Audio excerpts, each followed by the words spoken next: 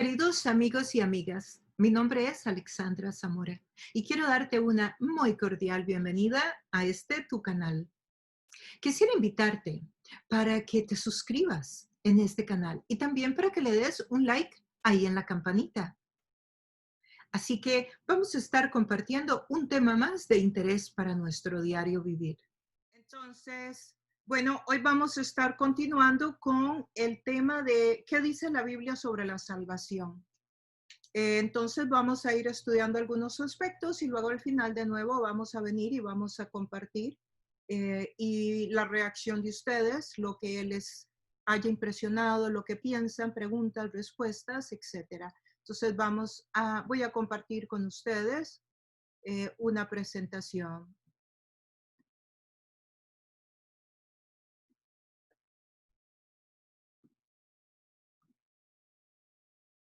Vamos a verla. Ok. Entonces, ¿qué dice la Biblia sobre la salvación? Es el tema de hoy.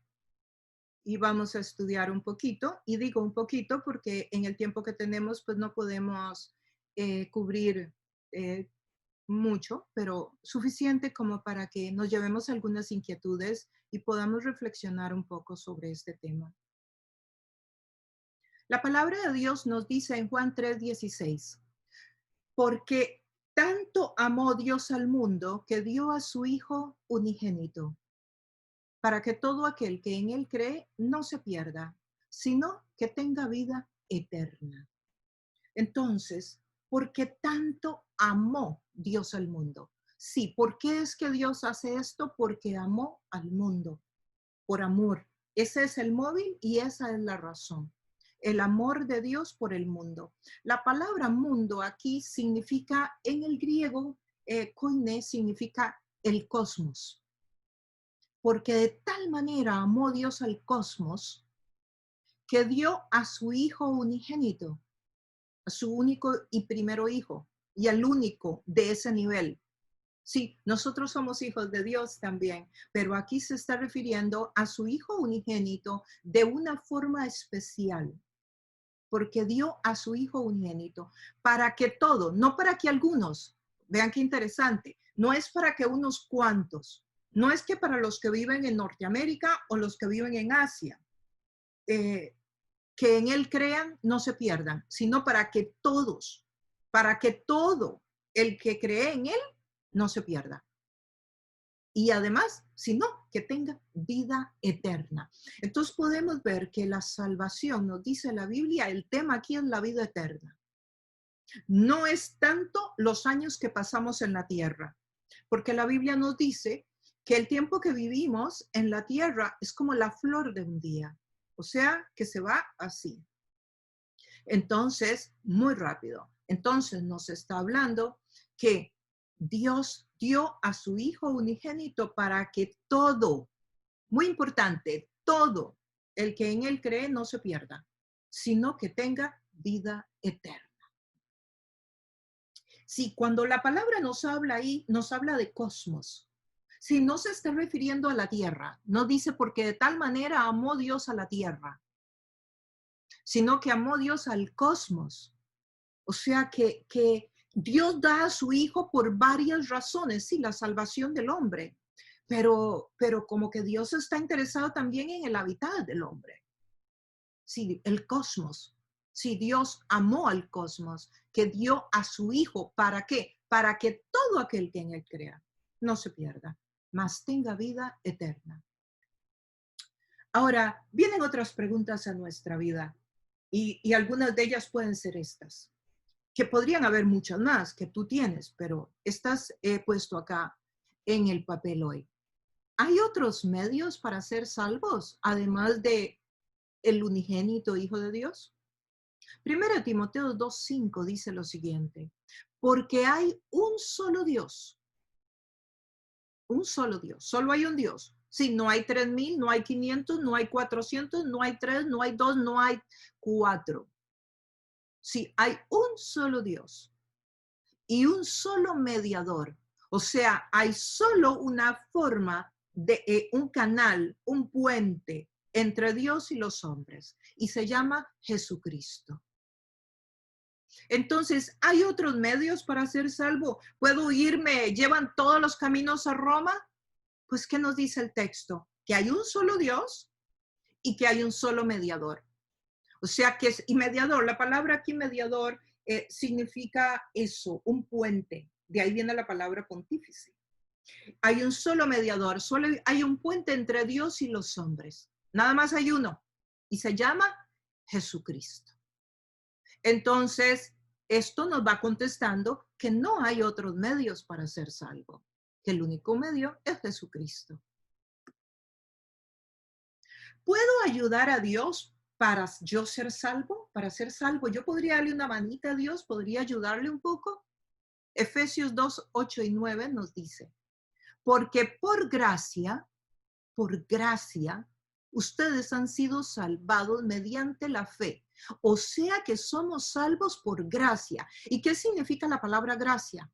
La palabra gracia significa por regalo. Gracia es un regalo inmerecido. Eso significa la palabra gracia en ese texto. Entonces, por un regalo inmerecido, un regalo que usted no merece, usted ha sido salvo. ¿Cómo? Mediante la fe. Lo que tienes que hacer es creer. Y esto no procede de ustedes. Este regalo no tiene nada que ver con ustedes, sino que es un regalo de Dios. Es un regalo inmerecido y además ese regalo inmerecido viene de Dios. Y no es por las obras. Y no es algo que tú puedes hacer. No es algo que tú tienes la capacidad de lograr. No es algo que tú puedes trabajar. No es algo que tú puedes hacer. Porque dice que para que nadie se gloríe, nadie se jacte, para que nadie se eche el crédito, para que nadie diga, no.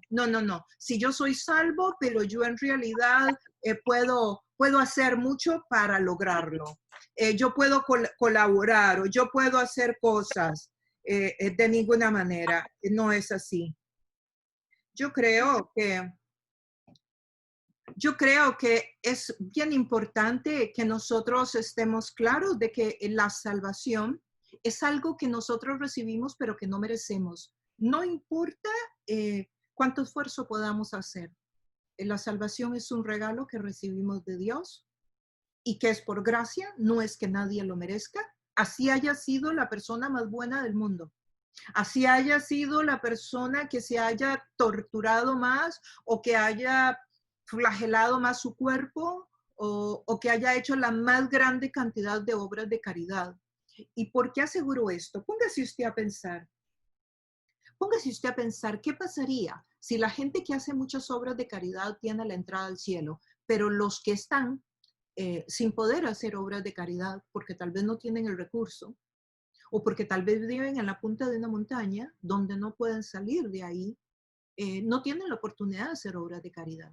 ¿O qué pasaría si una persona que reza muchísimas horas tiene más entrada al cielo que uno que no ha rezado tanto, que no puede rezar porque no tiene lengua, por ejemplo?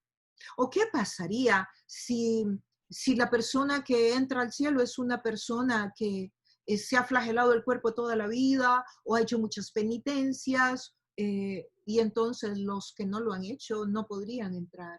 Sí, estaría la salvación en manos de los hombres, pero no es así. La salvación está en manos de Dios, en que dio a su Hijo Jesús y por lo tanto lo que hay que hacer, nos dice el texto bíblico, es creer.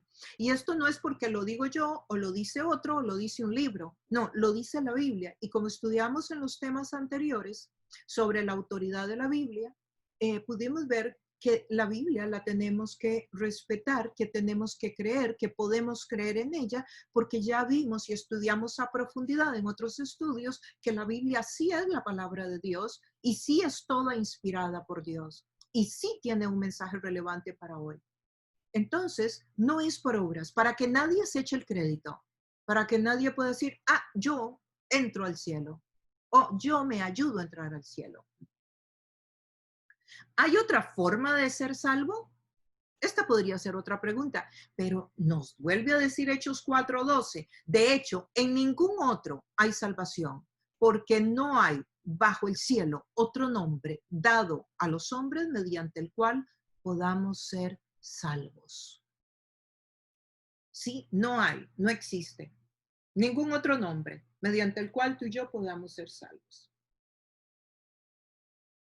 Entonces, nos preguntamos, ¿qué hizo Jesús por mí en la cruz? ¿Qué es, Alexandra, eso tan profundo, tan grande, tan relevante que hizo Jesús? ¿Qué es lo que comprende la cruz? ¿Cuál es el contenido de ese sacrificio que aplica a mi vida? 1 Corintios 1:30 nos dice, pero por obra suya, con mayúscula suya, se refiere a Dios, están ustedes en Cristo. Quiero que piensen en esta pequeña frase acá, en Cristo Jesús, en Cristo, en la preposición en. Esta preposición en es sumamente importante porque hay muchas cosas, muchas bendiciones, muchas cosas buenas, muchos beneficios, muchas cosas que van a pasar en nuestra vida mientras estamos aquí en este viaje por la tierra, solamente porque estamos en Cristo. Y eso es lo que se llama la identidad en Cristo. ¿Quién soy yo en Cristo? Y lo vamos a seguir desarrollando en los temas a continuación. Pero esta preposición en Cristo es sumamente importante en la vida del creyente. El cual se hizo para nosotros. O sea, Él se hizo. ¿Para quién? Para nosotros. ¿Qué se hizo? Sabiduría de Dios. ¿Qué más? Justificación. Jesús en la cruz se hizo para nosotros la justificación, la santificación y la redención.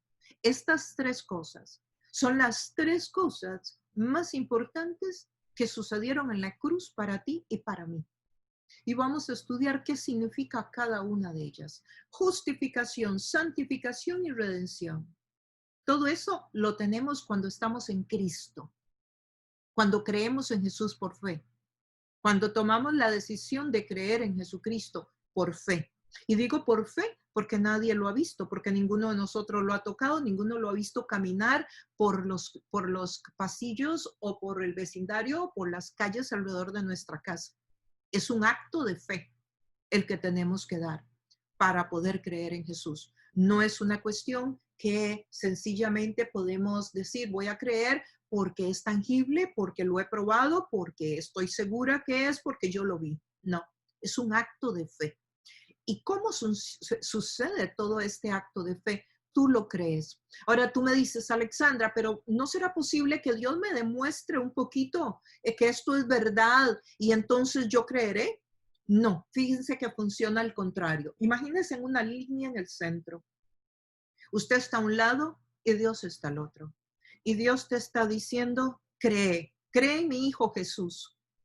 Y tú dices, bueno Dios, pero demuéstrame un poquito que esto es verdad, que esto es así, entonces me va a ser más fácil. Pero Dios te dice, no, tú tienes que creer y cuando tú tienes que tomar la decisión de creer y cuando tú hayas creído, entonces yo te voy a demostrar que es real.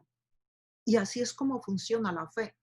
Uno entra a creer en Cristo sin sentir nada, sin tener ningún argumento más que lo que leemos en la palabra de Dios y la historia y lo que podamos informarnos. Pero cuando tú das el paso, dices, ok, yo hoy voy a creer en Jesús. Yo voy a tomar la decisión de creer que Jesús murió en esa cruz por mí y por mis pecados, que resucitó de entre los muertos. Yo voy a creer eso. Cuando tú tomas esa decisión y crees, entonces empiezan tus ojos a ver y empiezan tus oídos a oír y empiezas a entrar a un mundo de relación con Dios, donde Dios te va revelando sus misterios poco a poco, donde tú vas entendiendo cada día más a través del estudio de la Biblia los misterios y las cosas de Dios para tu vida, para tu comunidad, para tu familia, etcétera. Pero es un acto de fe. Ahora, nos dice acá entonces que en la cruz Jesús nos justificó, nos santificó y nos redimió. Vayamos a ver qué es eso.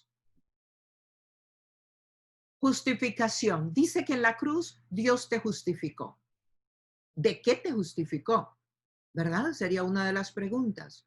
Bueno, te justificó. Es una palabra que viene de la jurisprudencia romana. Es un término legal que viene de la jurisprudencia romana.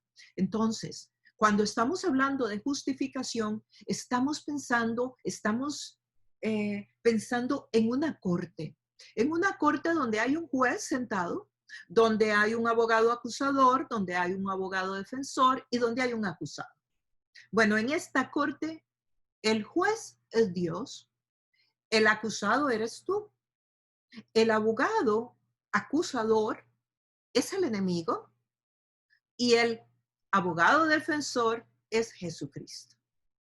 Entonces tú te presentas frente al juez, frente a Dios, y entonces Dios dice, bueno, pásenme ahí el acta con todos los pecados de Mario, de Jorge, de María, de Paula, pásenme en toda la lista. Ok, entonces viene y pasa la lista de todos tus pecados. Y Dios empieza a leer y dice, ok, aquí ha mentido, ha robado, ha engañado, ha murmurado, ha criticado, bueno, ha hecho todas estas listas. Y de acuerdo a mi ley, dice Dios, y a lo que yo estipulé, toda persona que haga estos pecados tiene muerte eterna. Por lo tanto, tú tienes muerte eterna.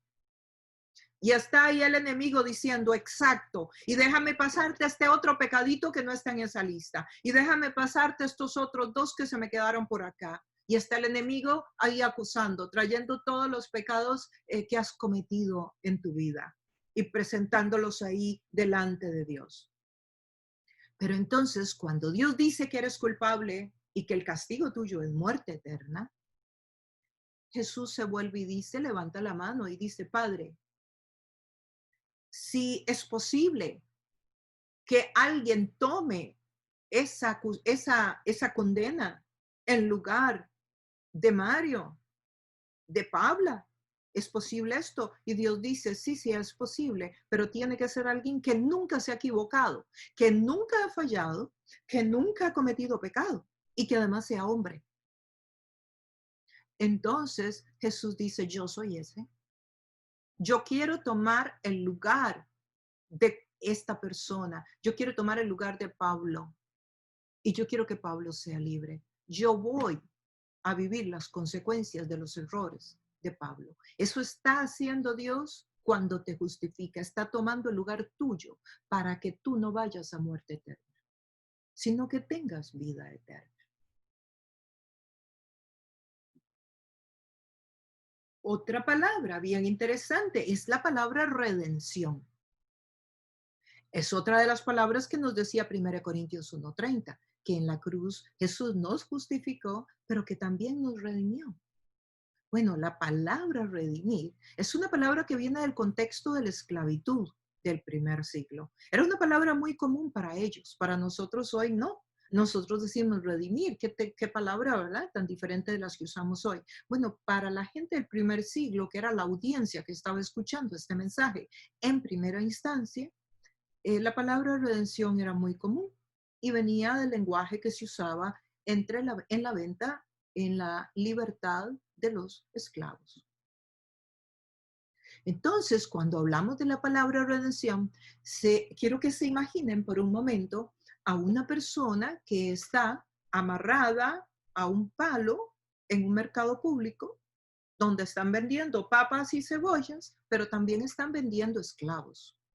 Y esa persona está amarrada con sus monitas atrás del árbol, amarrada a un árbol, porque así era como los tenían, amarrada a un árbol y la quieren vender, la tienen ahí para venderla. Entonces, imagínense en una historia como esta, viene Dios ahí caminando con su hijo. Vienen caminando y llegan al lugar donde está el esclavo y está el que lo vende. Y entonces, a ver, Dios le dice, ¿y cuánto vale tu esclavo? Entonces, el que vende dice, no, pues la verdad que no lo vendo porque yo disfruto mucho maltratarlo. Eso a mí me da mucho placer. Entonces, no lo quiero vender. Entonces, se vuelve Dios y le dice, bueno, pero, a ver, pídeme, yo te voy a dar lo que pidas. ¿Qué quieres? ¿Qué pides? Entonces el vendedor se vuelve y le dice, bueno, ok, ya que vas a insistir tanto, no, dame a tu hijo, que yo le haga a tu hijo todo lo que le iba a hacer a este esclavo que tenía aquí. Y entonces, claro, Dios se hace para atrás Y el hijo se vuelve y da un paso adelante. Dice, ok, hagámoslo. Padre, yo estoy dispuesto. Yo bajo ahí a la tierra a hacer esto por los humanos. Yo voy ahí a la tierra. Yo me voy a bajar de este trono donde estamos aquí en el cielo. Me voy a bajar del trono. Me voy a convertir en un ser humano para poder hablar su lengua, para poder comunicarme mejor con ellos. Y yo voy a pagar ese precio que hay que pagar para que ellos sean libres, para que ellos no sean esclavos del pecado, para que ellos tengan la opción de no pecar más, para que ellos puedan escoger, porque ahorita son esclavos del pecado y no pueden escoger. Entonces la palabra redimir viene de ese contexto de la esclavitud, pero acá nos referimos a la esclavitud del pecado. Entonces usted en este momento podrá pensar en cuántas cosas en la vida o cuántas personas muchas veces están luchando por dejar una adicción, por dejar algo malo que están haciendo que les destruye, tal vez maltratando a la familia, tal vez robando, muchas cosas que hacemos en la vida y que la persona está como esclava, que no puede ser libre. Bueno, cuando la persona toma el paso de fe, de creer que Jesucristo vino a morir por él a una cruz y resucitó entre los muertos, esa persona empieza a ser libre. Empieza a ser libre. ¿Por qué? Porque acepta esta redención que Jesús hace en la cruz del Calvario. Entonces, podemos ver una vez más a un Jesús que en la cruz viene a hacer cosas para que tú y yo podamos ser libres, podamos ser restaurados, para que seamos libres de la esclavitud del pecado. Y eso es lo que se llama redención. Santificación es la otra palabra que encontrábamos en el texto de 1 Corintios 1:30. La palabra santificación, una palabra también muy interesante, que significa apartado y consagrado. Es una palabra que tiene dos significados, apartado y consagrado. Vean qué interesante.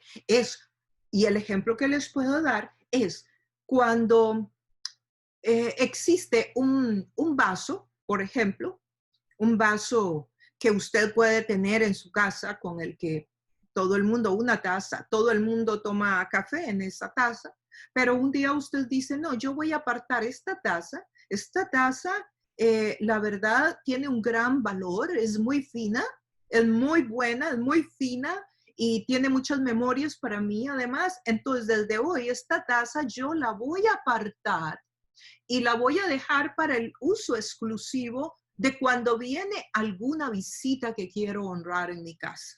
Y usted toma esa pieza que tenía para el uso ordinario en su casa, para que todo el mundo tomara café, y ahora usted la separa. La separa y la dedica para un uso exclusivo. Entonces, la palabra santificación quiere decir que Dios nos separa del mundo, pero no nos saca. Nos separa, pero no nos saca. Seguimos en el mundo, en el cosmos. Sí, nos separa del mundo y nos consagra para su uso exclusivo. Entonces, nos volvemos exclusivos de Dios. Ahora pertenecemos al reino de Dios. Ahora somos el real sacerdocio, la nación santa, el pueblo escogido por Dios que habla el libro de Hebreos. Y esto todo por un acto de fe. Pasamos a ser criaturas de Dios a hijos de Dios. Ahora, la santificación, además, tiene estas dos connotaciones, porque entonces tú me puedes preguntar, bueno, Alexandra, si yo soy santificada por Dios, quiere decir que ya, listo, yo no tengo más nada que hacer, ya yo soy santa, ¿verdad? Ok, ahora resulta que la santificación, además, tiene dos partes, la santificación por posesión, que creo que eso está mal escrito, y la santificación por posición. Y entonces encontramos que son dos clases de santificación. Ok, entonces la santificación por posesión es cuando Dios llega y dice, ok, tú eres santo, yo te hice santo en la cruz. Si tú crees en mí, tú eres santo. O sea, es legal. Tú eres santo porque Dios lo dice y punto. Y eres santo para Dios. Y eso es como si alguien viene y te dice, voy a usar el ejemplo, alguien viene y te da a ti la escritura de una casa o de una propiedad y te da la escritura de esa propiedad, te la entrega en la mano y te dice, mira, te regalo esta casa. Eso es lo que Jesús hizo. Jesús te regaló la santidad, te hizo santo, eres santo, hijo de Dios. ¿Por qué? Porque estás en Cristo y todos los que estamos en Cristo somos santos, porque estamos en Cristo. Esa es la identidad o una de las áreas de la identidad en Cristo. Pero resulta que entonces tú dices, pero fíjate, Alexandra, que Jesús me hizo santa, pero yo miento de vez en cuando. Y yo caigo en algún tipo de pecado. Y yo desobedezco a Dios en cosas que yo he leído en la palabra de Dios. Entonces, ¿soy santa o no soy santa? Entonces yo te digo, si eres santa legalmente, ¿sí? De posición eres santa. Dios te hizo santo o te hizo santa en la cruz. Pero posesionalmente todavía no lo eres, estás en el proceso. ¿Y a qué me refiero? Que ya tienes el documento que dice que la propiedad es tuya. Ya tienes el documento legal porque Dios lo hizo en la cruz. Ya tienes la habilidad y el poder para vivir en santidad. Eso te lo da el Espíritu Santo dentro tuyo. Ahora, de aquí en adelante, tú empiezas a través de un proceso de regeneración a vivir esa santidad que ya te fue dada. Y la explico con este documento que estás viendo al frente. Entonces ya se te dio el documento que dice que la propiedad es tuya, el documento legal. Pero eso no significa que tú has ido a esa casa o has entrado.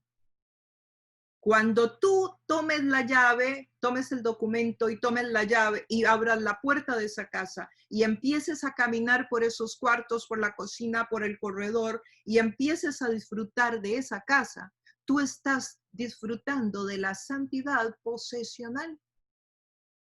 Estás haciendo la santidad, la estás implementando en tu vida. Entonces la santidad tiene dos aspectos, el de posición que te lo da la cruz y el de posesión, que eres tú trabajando cada día en tu vida para seguir creciendo de acuerdo a la estatura de Cristo, hasta que Él regrese.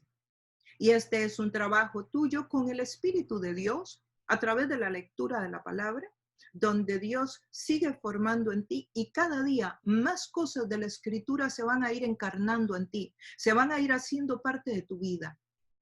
Y un día te vas a encontrar que ya no dices más groserías. Un día te vas a encontrar que ya no sientes esa ansiedad por mentir. Un día te vas a encontrar en que le puedes decir que no al pecado. Un día te vas a encontrar con que estás fuerte suficiente y ya no tienes que luchar para ponerte a orar, sino que tienes ganas de orar. Un día vas a sentir que leer la palabra lo vas a necesitar casi tanto como tomar agua. Y ahí es cuando el Espíritu de Dios continúa haciendo la obra en ti de regeneración del Espíritu Santo. Y entonces empiezas a disfrutar de esa otra área de la santidad, del ser santo, como yo soy santo, que dice la palabra de Dios. ¿Qué debo hacer para ser salvo? Romanos 10, 8 y 10, 8 al 10 nos dice, ¿qué afirma entonces? La palabra está cerca de ti. La tienes en la boca y en el corazón. Esta es la palabra de fe que predicamos. Esto es lo que hay que hacer para ser salvo. Que si confiesas con tu boca, si lo verbalizas, que Jesús es tu Señor y crees en tu corazón que Dios lo levantó de entre los muertos, serás salvo. Entonces, si confiesas con tu boca, o sea, si tú lo oras, si tú lo verbalizas, que Jesús es tu Señor. Y la palabra Señor aquí es la palabra Kyrios, que significa el Señor de los esclavos. Cuando hablamos de esta palabra se está refiriendo a Señor como el Señor de tu vida, como el que gobierna tu vida. No es una palabra nada más de honrar, como cuando uno le dice sí señor o no señora a alguien en nuestra cultura, o cuando uno le dice doña, o cuando uno le dice ma'am. No, aquí está refiriéndose a que Él es el dueño, Él es el Señor y tú eres su vasallo, tú eres su esclavo, pero no porque alguien te hizo esclavo, sino porque tú decides obedecerlo. Y crees en tu corazón. Sí, también hay que creer. Ven qué interesante, no solamente es hablar, no es la palabrería, no es que yo voy a decir con mi boca así Jesús es el Señor, pero en realidad ni lo estoy creyendo. No, porque como Dios ve la motivación del corazón, Él sabe si tú lo crees o no. Y crees en tu corazón que Dios lo levantó de entre los muertos, o sea que Jesucristo resucitó. Entonces el tema no es solo creer que Jesús murió, hay que creer que Jesús fue resucitado también de entre los muertos. Dice, entonces serás salvo. Qué tremendo, ¿no? Qué regalo. Y que no es nada complicado. Hay que confesar con la boca que Jesús es el Señor y creer en el corazón que Dios lo levantó de entre los muertos. Y entonces seremos salvos. Porque con el corazón se cree para ser justificado, pero con la boca se confiesa para ser salvo. ¿Y el arrepentimiento es importante? Bueno, Mateo 4:17 dice, desde entonces comenzó Jesús a predicar, arrepiéntanse porque el reino de los cielos está cerca. Entonces sí, el arrepentimiento es sumamente importante.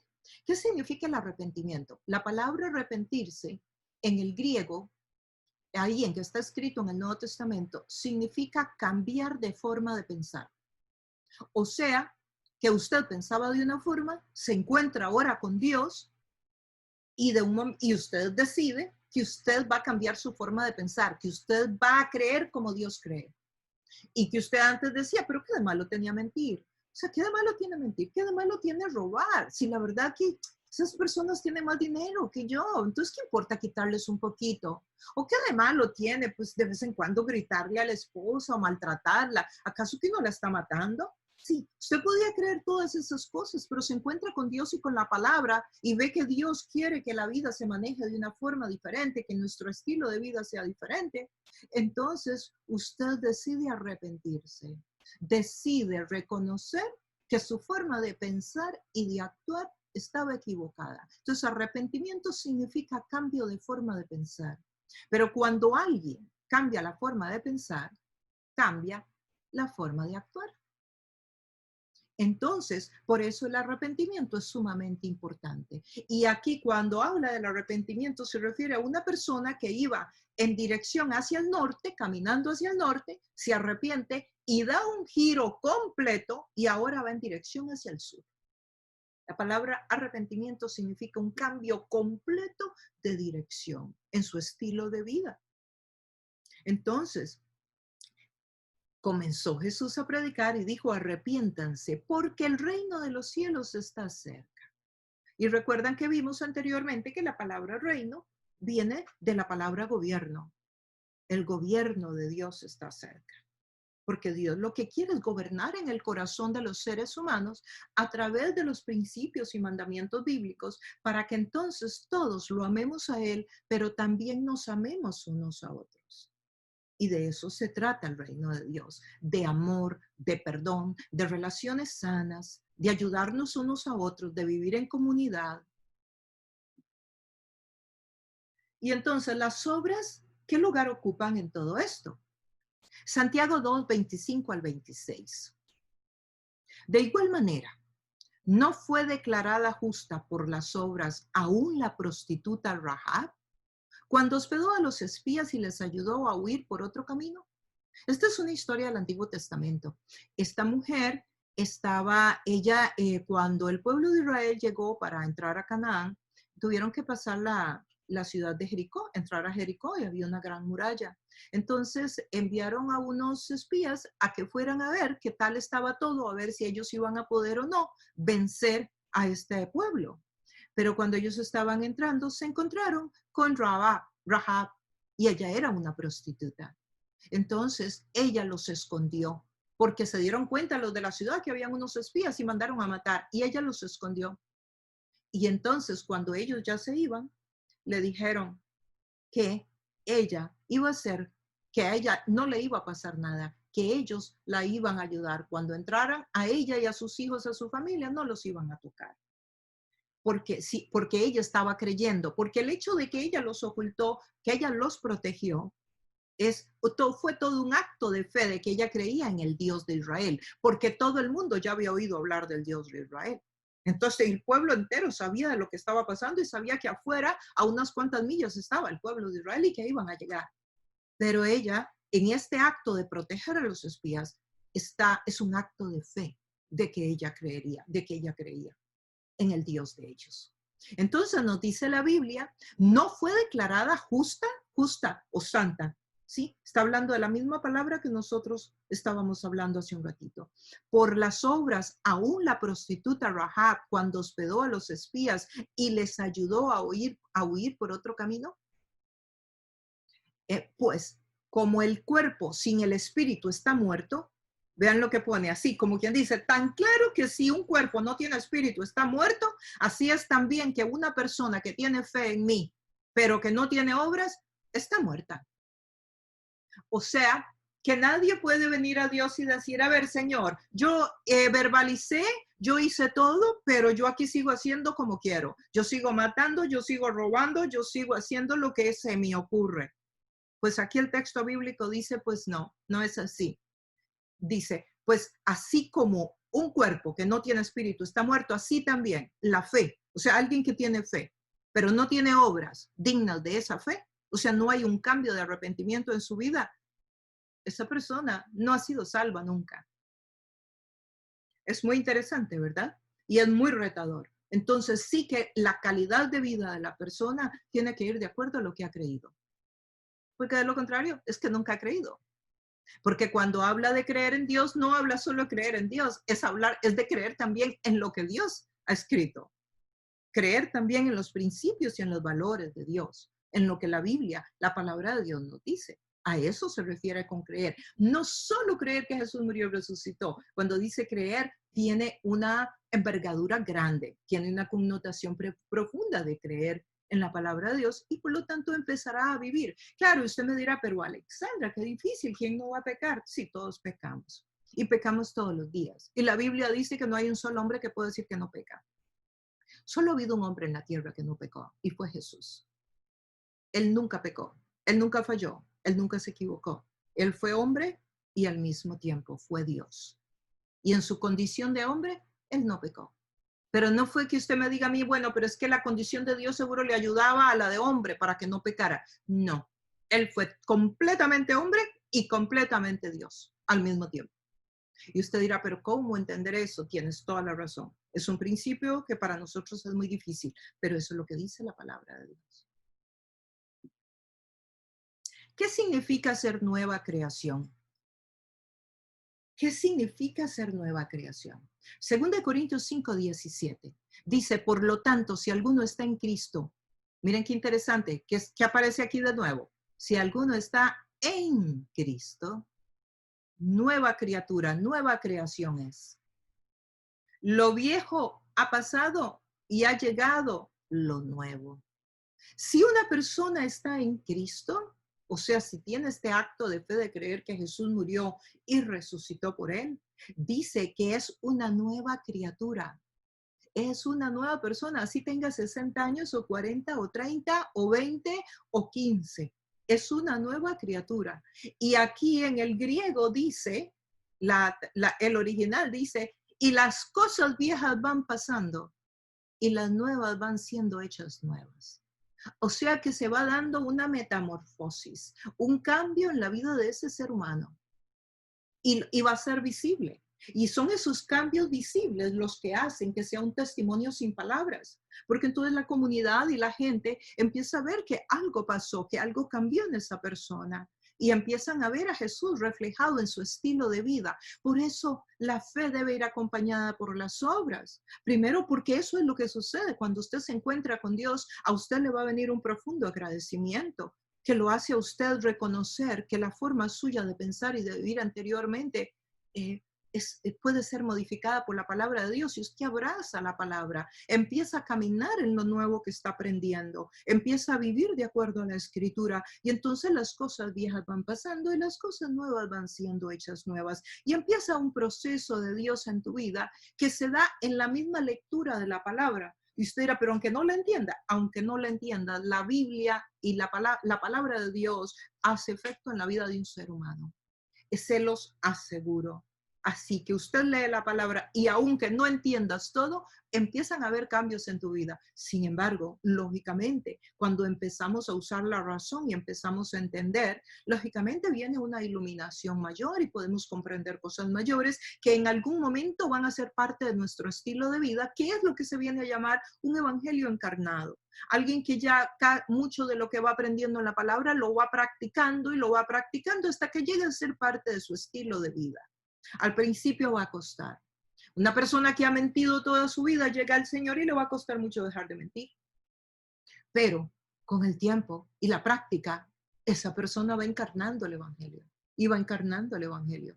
Llegará un día a ser una persona sabia, una persona prudente, una persona que cuando toma decisiones se ve una sabiduría tremenda, empezará a ser bendecida, empezará a tener gracia y favor de Dios donde quiera que vaya, empezará a gozar, aún en momentos tendrá serenidad, aún momentos de crisis, empezará a tener un montón de cosas bellísimas que empezarán a suceder en su vida, producto de esa comunión con Dios. Y recordar que la palabra de Dios es Dios hablando. Eso es la Biblia. La palabra de Dios es Dios hablando contigo. Es la forma de Dios comunicarse con el hombre, que es lo que se llama la guianza general. Dios hablando con el hombre a través de la guianza general de la palabra de Dios. También está la guianza específica. La guianza específica es cuando Dios irrumpe en tu vida y de una forma muy específica te dirige a ti en una decisión que tienes que tomar en ciertos aspectos de tu vida. Pero esa guianza específica es solo para ti. La guianza general es la palabra de Dios que es para todos los creyentes. ¿Qué significa ser ciudadanos del cielo? Porque Filipenses 3, 20, 21 habla de ciudadanos del cielo. En cambio, nosotros somos ciudadanos del cielo, de donde anhelamos recibir al Salvador, el Señor Jesucristo. ¡Wow! Ahora nos habla que somos ciudadanos del cielo. O sea, ¿desde cuándo? ¿Verdad? No sabíamos que había una ciudadanía del cielo. Él transformará nuestro cuerpo. Mira lo que le va a pasar a los ciudadanos del cielo. Él transformará nuestro cuerpo miserable, o sea, humano, de carne, para que sea como su cuerpo glorioso. ¿Recuerdan cuando Jesús asciende a los cielos que tiene un cuerpo diferente? Bueno, dice que en algún momento de nuestra vida, cuando partamos, cuando vengan los tiempos finales, dice que Él transformará nuestro cuerpo miserable para que sea como su cuerpo glorioso mediante el poder con que somete a sí mismo todas las cosas. Ese mismo poder con que Él sostiene el universo y las estrellas y el sol y le da de comer a los animalitos en la jungla ahorita y sostiene las olas del mar para que lleguen hasta ahí y hace que caiga el rocío en la madrugada en lugar de gotas grandes, ese mismo poder que tiene para que caigan los granizos, ese mismo poder que Él tiene para que tú puedas respirar sin ni siquiera pensarlo, para que los órganos se regeneren mientras tú duermes en la noche, ese mismo poder con que Él somete todas las cosas, con ese mismo poder Él te va a dar un cuerpo glorificado un día. Entonces, ¿qué dice la Biblia sobre la salvación? Ese es el tema que estamos viendo hoy. Quiero compartirles esta historia. Imagínense que hay una cena. Imagínense que yo estoy haciendo una cena grandísima para todas las personas que viven en esta comunidad. Entonces yo tengo una cena y he sacado todos los platos, he puesto todas las mesas, hay un montón de sillas y toda la gente se puede sentar ahí a comer. Invito a toda la comunidad. Todos están invitados a sentarse y comer. Pero resulta que empiezan algunos invitados a llegar y saludan. Hola, ¿cómo estás? ¿Qué tal? ¿Cómo le va? Bien. Mire, siéntese, ahí hay una silla para usted y ese alimento y esa comida tan rica, esos manjares. Y la persona dice, bueno, sí, déjeme pensarlo un ratito. Bueno, al rato llega otra familia y también le digo, mira, siéntase, estamos con hambre y mira qué comida tan deliciosa, está calientita, está perfecta, es para usted, sírvase lo que guste. Y se vuelve, muchísimas gracias, pero qué hermoso, qué generosa, claro que sí, mira, siéntate ahí, Pablo, y tú, María, y todos se sientan. Llega otra familia, igual, invitados, siéntense en donde quieran, tomen lugar donde mejor les parezca. Y dicen, bueno, está bien, vamos a probar, vamos a ver si nos gusta, nos vamos a sentar y vamos a ver si nos gusta. ¿Sí? Y se sientan. Y luego viene otra familia más y también se sienta y empieza a comer y disfrutan. Sí, y luego la familia que se había sentado se para y dice, no, no, yo me voy, yo no quiero. La verdad, nosotros mejor nos vamos y no vamos a comer. Entonces, la pregunta sería, y pueden quitar sus micrófonos para que puedan participar. La pregunta sería, ¿es la cena para todos los invitados? ¿Era mi cena para toda la comunidad? Claro. Sí. Sí. ¿Comió toda la comunidad? No. No. Bueno, Algunos comieron y otros no comieron. Bueno, la salvación es de la misma manera. Dios dio a su Hijo Jesús, a su unigénito Hijo, para que todo aquel que en Él cree sea salvo y tenga vida eterna. Pero no todo aquel va a creer. No todo aquel cree. Entonces, ¿quiénes son salvos? ¿Quiénes comieron? Los que se sientan a la mesa. ¿Quiénes serán salvos? Los que creen que Jesús murió y resucitó dentro de los muertos. Entonces, esto es el mensaje que nos da la palabra de Dios. Esto es lo que la palabra de Dios nos dice, que la salvación es para todos y que es un regalo completamente gratuito.